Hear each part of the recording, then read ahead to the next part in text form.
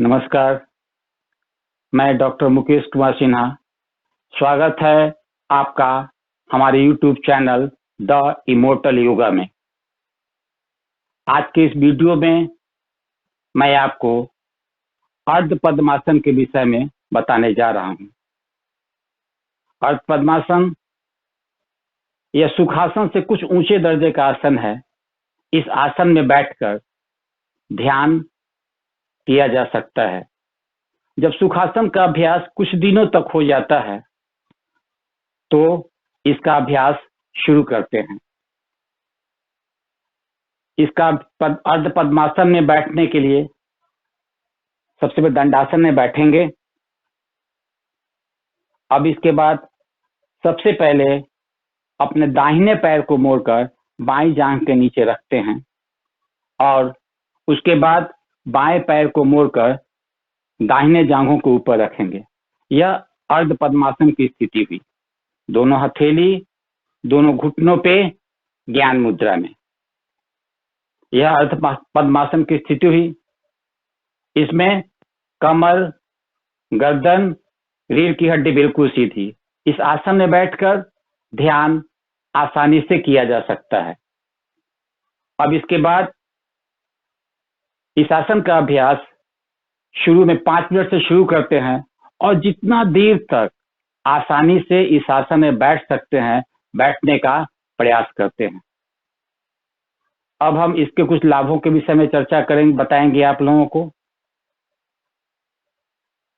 यह आसन उनके लिए है जो लोग सुखासन का अभ्यास के बाद पद्मासन का अभ्यास करते हैं और पद्मासन आसानी से नहीं लग पाता है, तो उनके लिए आसन है कि अर्ध पद्मासन का अभ्यास करते हैं जिससे कि पद्मासन आसानी से लग जाए। यह सुखासन के बाद का अभ्यास है। जब सुखासन पूरी तरह सिद्ध हो जाता है तब उसके बाद हम पद्मासन का अभ्यास करते हैं। पद्मासन का अभ्यास बारी बारी से, जब इसमें बैठने पर अगर कोई कष्ट महसूस हो तो बारी बारी से पैर को बदल कर भी किया जा सकता है। जैसे कि अभी मैं आपको करके बताता हूं। जैसे अभी मैंने बाएं पैर को ऊपर रखा था, इस बार दाहिने पैर को मैं ऊपर रख रहा हूं।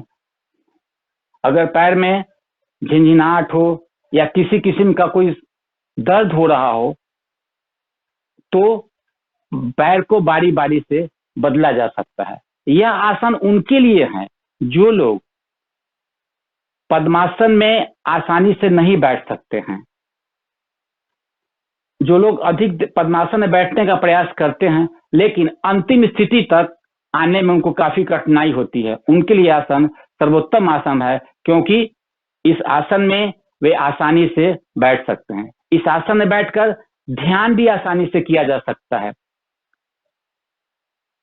इस आसन में बैठकर ध्यान आसानी से किया जा सकता है। पद्मासन का लाभ, पद्मासन का कुछ लाभ तो इस आसन से मिल जाता है, लेकिन धीरे धीरे इसका अभ्यास को हम बढ़ाते हैं ताकि पद्मासन का अभ्यास आसानी से लग जाए। जब आप पद्मासन का अभ्यास, अर्ध पद्मासन का अभ्यास पूरी तरह लग जाता है तब उसके बाद धीरे से हम लोग पद्मासन की स्थिति में आते हैं। एक बात यहाँ सावधानी पूर्वक ध्यान देते हैं, इसमें सावधानी है कि वैसे व्यक्ति जिनको साइटिका का प्रॉब्लम है, जो आसानी से सुखासन में भी नहीं बैठ सकते हैं, खड़े नहीं हो सकते हैं, जिनको साइटिका का प्रॉब्लम है, साइटिका का दर्द होता है, वैसे व्यक्ति इस आसन का, अर्ध पद्मासन का अभ्यास नहीं करेंगे। दूसरे, वैसे व्यक्ति जिनको रीढ़ के हड्डी के निचले हिस्से में किसी प्रकार की कोई समस्या हो या रुग्णग्रस्त हो तो ऐसी स्थिति में भी इस आसन का अभ्यास नहीं करते हैं।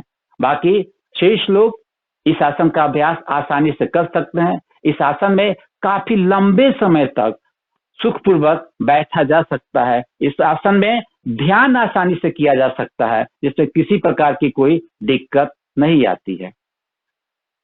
तो ये हो गया अर्ध पद्मासन। अगले वीडियो में हम एक दूसरे आसन के विषय में आपको बताएंगे।